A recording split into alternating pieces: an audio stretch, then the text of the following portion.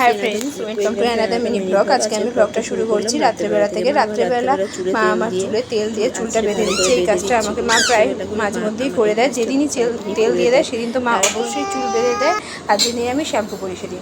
তো সেদিন রাতে ঘুমিয়ে পড়েছিলাম। পরের দিন সকালবেলা উঠে দেখি আমাদের বাড়িতে একজন চলে এসেছে। সে আমাদের বাড়িতে কাপড় জামা বিক্রি করে, তাই মাঝে মধ্যেই আসে। আমি তার থেকে একটা 2 পিস রাখছিলাম, তার জন্য সে এসেছিলো।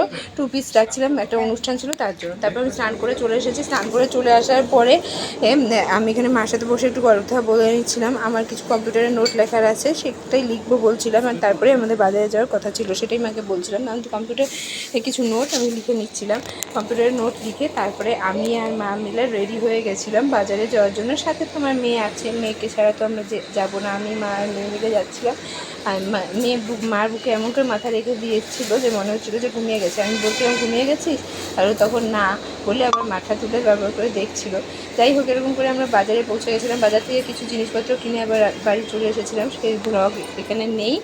তো তারপর আমরা রাত্রেবেলা যেই অনুষ্ঠানে যাওয়ার ছিল সেখানে চলে যাচ্ছিলাম। অনুষ্ঠানে মেনলি জিনিস কিনতে আমরা বাজারে গেছিলাম, গিফট কিনতে। তারপরে এই অনুষ্ঠান বাড়িতে চলে এসেছি। অনুষ্ঠান বাড়িতে অনেক সুন্দর সুন্দর খাবার ছিল। স্টার্টারে ফুচকা, পকোড়া, চা, অনেক কিছু ছিল, সাথে আরও অনেক কিছু ছিল। তারপর আমরা এখানে এই অনুষ্ঠানে একটু কেক টেক কাটিং হওয়ার পর খেতে বসে পড়েছি। আমার মেয়ে আমার পাশে বসে ফুচকা খাচ্ছিল।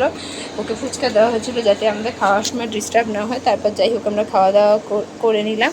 সেই সাথে আমি কিছু পিকও ক্লিক করে নিলাম। ক্লিক করে ওখান থেকে আমরা বাড়িতে চলে আসলাম। আমার এই ব্লগটা এখানেই শেষ করছি। কেমন লাগলো সবাই জানাবে।